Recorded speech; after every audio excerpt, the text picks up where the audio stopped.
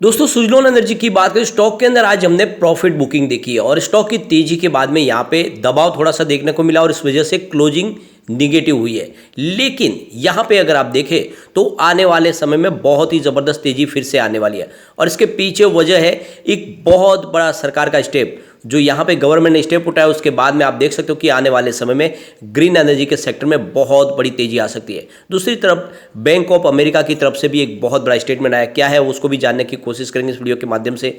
साथ में अगर आप देखें तो ग्रीन एनर्जी सेक्टर में जिस तरह से तेजी का संभावना तो बन रही है, लेकिन साथ में कुछ उसकी लिमिटेशन भी है।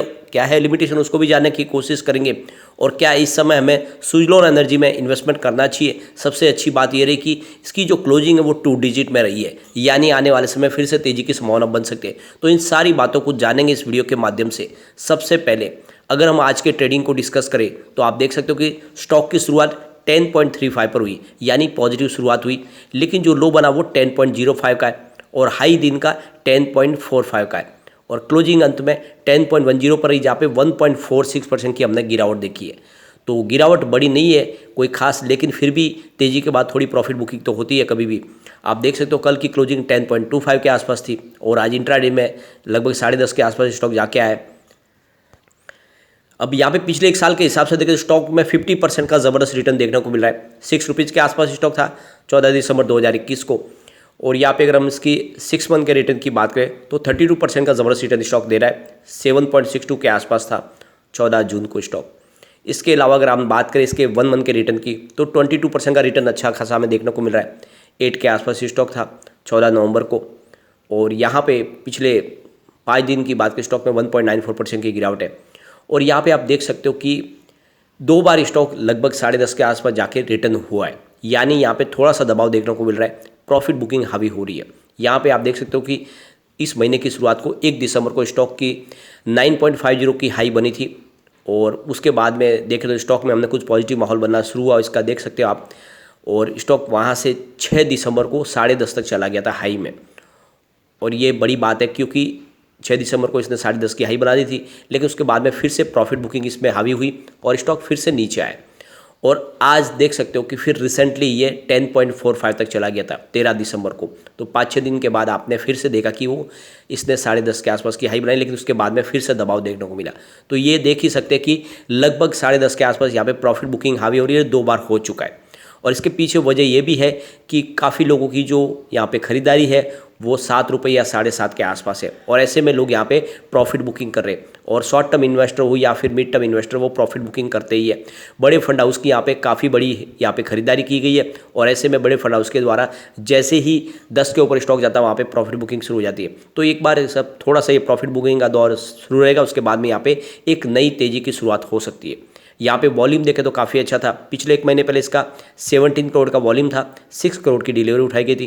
1 वीक पहले 23 करोड़ का वॉल्यूम होता, 7 करोड़ की डिलीवरी उठाई गई थी। और कल बहुत ही ज़बरदस्त 34 करोड़ इसका जो वॉल्यूम होता, 10 करोड़ की डिलीवरी उठाई गई थी। लेकिन आज 19 करोड़ का वॉल्यूम, यानी लगभग कल से वॉल्यूम कम है, आधे के बराबर है, लेकिन फिर भी ज़बरदस्त वॉल्यूम है।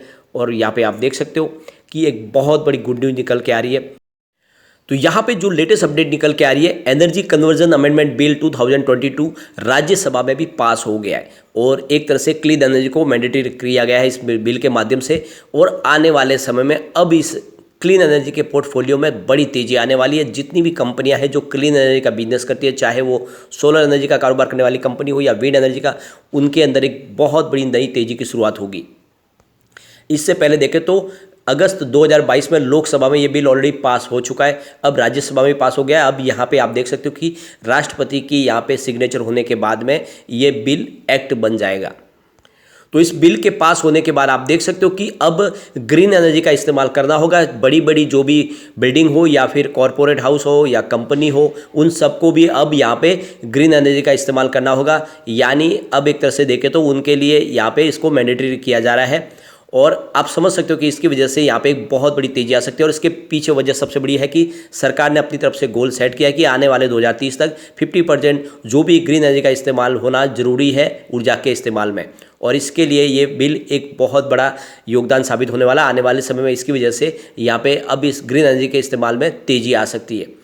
इस बिल की चर्चा के दौरान करीब 36 मेंबर ने इसमें पार्ट लिया। यहाँ पे देख सकते इस डिस्कशन के दौरान RK सिंह हमारे पावर मिनिस्टर ने बड़ा बयान दिया। उनका कहना है कि हमारे इंडिया में वो पोटेंशियल है कि हम लीडर बन सकते हैं ग्रीन बिल्डिंग के अंदर और ग्रीन हाइड्रोजन सेक्टर के अंदर। और साथ में उनका कहना है कि करंटली 24% एनर्जी कंजम्पशन होता है वो हाउसिंग सेक्टर में होता है, और गवर्नमेंट ऐसे सेक्टर में टारगेट कर रहे हैं जहाँ पे 10 किलोवाट के अंदर जो बिल आ रहे हैं उस लोड कैपेसिटी को यहाँ पे ग्रीन एनर्जी में कन्वर्ट करना चाहते हैं। वहाँ पे ज़्यादा से ज़्यादा ग्रीन एनर्जी का इस्तेमाल होगा। साथ में सरकार का प्लान है कि बहुत सारे सेक्टर है जिनको ग्रीन हाइड्रोजन के माध्यम से तब्दील करना है, जिसमें स्टील इंडस्ट्रीज है, रिफाइनरीज है, फर्टिलाइजर्स और सीमेंट इंडस्ट्रीज, जहाँ से काफ़ी ज़्यादा पोल्यूशन होगा वहाँ पे ग्रीन हाइड्रोजन के माध्यम से ऊर्जा का इस्तेमाल होगा तो वहाँ पे पोल्यूशन कम होगा। साथ में RK सिंह ने एक बहुत बड़ा बयान दिया कि इंडिया के अंदर वो पोटेंशियल है कि 25 मिलियन टन्स की ग्रीन हाइड्रोजन की कैपेसिटी को यहाँ पे स्टैब्लिश किया जा सकता है। इस बिल के पीछे जो सबसे बड़ी वजह है कि आने वाले समय में जो ग्रीन हाइड्रोजन का इस्तेमाल करके जो पोल्यूशन होता है वातावरण में उसको कम किया जा सके। 2030 तक 45% उसको रिड्यूस करना है और ये इसीलिए इस बिल को लाया गया है। अब यहाँ पे जो भी इस स्कीम का फ़ायदा उठाएगा उनको कार्बन क्रेडिट भी मिलेगा, बहुत सारी सरकार की तरफ से सब्सिडी मिलेगी, बेनिफिट्स मिलेगी।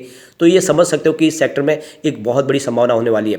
साथ में अगर आप देखें तो यहाँ पे इस बिल के चर्चा के दौरान जो हमारे मंत्री है राजकुमार सिंह, उनका कहना है कि ग्रीन एनर्जी के सेक्टर में इंडिया ने जो उपलब्धि हासिल की है उसके लिए हमें एक अपने आप पे गर्व महसूस हो रहा है कि हमने वो कर दिखाया जो बड़ी बड़ी देश की अर्थव्यवस्था है और जो विकसित देश भी नहीं कर पाए। और आने वाले समय में अब इंडिया की तरफ सभी विश्व की नज़रें हैं और भारत ने वो बहुत कुछ करके दिखाया है जो विश्व के बड़े बड़े देश ने नहीं किया अभी तक। इस बिल में कहा गया है कि ऊर्जा के इस्तेमाल करने के लिए हरित हाइड्रोजन यानी green hydrogen, green ammonia, biomass और इथेनॉल का इस्तेमाल करना होगा। यहाँ पे बैंक ऑफ अमेरिका की तरफ से भी बहुत बड़ा स्टेटमेंट निकल के आया है। उनका कहना है कि फाइनेंशियल ईयर 2023 में ग्रीन एनर्जी के सेक्टर में करीब $10 बिलियन का नया निवेश आ सकता है इंडिया में, यानी आने वाले समय में काफ़ी ज़्यादा यहाँ पे इन्वेस्टमेंट आएगा। विश्व के काफ़ी देश हैं जो इंडिया में इन्वेस्टमेंट करना चाहते हैं। तो यहाँ पे आप देख सकते हो बैंक ऑफ अमेरिका के जो कंट्री हेड है काकू नकाते, उनका कहना है कि ग्रीन एनर्जी सेक्टर में काफ़ी ज़्यादा इन्वेस्टमेंट आने वाला है, जिसमें specially electric vehicles, green hydrogens के लिए काफ़ी ज़्यादा निवेश आ सकता है और इंडिया में आने वाले समय और भी निवेश तेज़ी से आना शुरू होगा। अभी इंडियन गवर्नमेंट की तरफ से भी जिस तरह से यहाँ पे कोशिश की जा रही है उसके नतीजा है कि रिन्यूएबल एनर्जी सेक्टर में काफ़ी ज़्यादा इन्वेस्टमेंट आ रहा है और आने वाले समय इसमें और तेज़ी आने वाली है। तो कुल मिला के आप देख सकते हो कि बहुत ज़बरदस्त गुड न्यूज़ निकल के आ रही है। जल्दी ही इंडिया में बहुत सारा इन्वेस्टमेंट वर्ल्ड की कंट्रियाँ करेगी और ऐसे में इंडिया अपने गोल को जल्दी अचीव कर सकता है। यहाँ पे एक बड़ी अपडेट और निकल के आ रही है। यहाँ पे आप देख सकते हो कि अमृत जैन जो MD है NG इंडिया के, उनका कहना है कि इंडिया में इस समय हम विंड एनर्जी सेक्टर में इन्वेस्टमेंट तो करना चाहते हैं, लेकिन यहाँ पे काफ़ी ज़्यादा प्रॉब्लम्स है। जैसे कि इंडिया के अंदर जितने भी अभी भी जो डिस्कॉम है वो हमारे साथ में बिजनेस टाइप नहीं कर रहे, यानी जो हमारा इलेक्ट्रिसिटी जनरेशन होता है उसको हमें बेचने में काफ़ी ज़्यादा प्रॉब्लम आ रही है। और सही बात यह है कि हाई टैरिफ उनको प्रोवाइड नहीं कर पा रहे, वो हमें चार्ज उतना नहीं दे पा रहे, उनके साथ में हमें बार्गेनिंग करनी पड़ती है। तो काफ़ी ज़्यादा ऐसे कि जो एग्रीमेंट बनाने में प्रॉब्लम आ रही है और इसीलिए विंड एनर्जी के सेक्टर में अभी लोगों का उतना रुझान बन नहीं पा रहा है। तो सरकार को इसके लिए कोई पॉलिसी में बदलाव करना होगा। नई पॉलिसी आएगी उसके बाद में ही यहाँ पे एक नई तेजी की शुरुआत हो सकती है, यानी सरकार को इसमें और कदम उठाने की जरूरत है, तभी विंड एनर्जी सेक्टर में काफ़ी बड़ी तेजी आ सकती है, ऐसा अमृत जैन का कहना है। तो आप देख सकते हो कि आज बहुत सारी अपडेट निकल के आ रही जो इशारा करिए कि आने वाले समय में सुजलॉन एनर्जी में काफ़ी अच्छी तेजी की संभावना बन सकती है। और आज यहाँ पे कुछ बड़ी डील भी हुई जिसके माध्यम से हम देख सकते हो कि प्रॉफिट बुकिंग भी हुई है और कुछ प्रॉफिट बुकिंग के अलावा कुछ खरीदारी भी हुई है। आप ये देख ही सकते हैं कि यहाँ पे सबसे बड़ी बात है कि सुबह बाजार खुलते ही 9:20 पर 10.20 की प्राइस से करीब 11,55,000 शेयरों की एक बिकवाली हुई। तो उसी समय 9:20 पर 10.30 की प्राइस से 14 लाख शेयरों की खरीदारी भी हुई। उसके बाद 9:27 पर अगर आप देखें तो 10.10 की प्राइस से 25,89,000 शेयरों की एक बिकवाली हुई। तो फिर वापस 9:52 पर 10.25 की प्राइस से करीब 18,73,000 शेयरों की फिर से खरीदारी हुई। उसके बाद 1:45 पर 10.10 की प्राइस से 11 लाख शेयरों की बिकवाली हुई। तो उसके बाद 2:50 पर 10.15 की प्राइस से करीब 14 लाख शेयरों की बिकवाली हुई। तो ये देख सकते हो कि आज कुछ प्रॉफिट बुकिंग जरूर हुई है, लेकिन साथ में अच्छी खासी खरीदारी भी हुई, जो इशारा करेगा फिर से तेजी की संभावना बनेगी। और यहाँ पे जो आज ज़्यादा करके रिटेल इन्वेस्टर ने काफ़ी ज़्यादा अपनी प्रॉफिट बुकिंग की है, बड़े फंड हाउस ने यहाँ पे काफ़ी कम की है। आने वाले समय में डेफिनेटली यहाँ पे अच्छी तेजी बनेगी। तो नजरिया लॉन्ग टर्म का लेकर सुजलॉन में आपको इन्वेस्टमेंट करना चाहिए।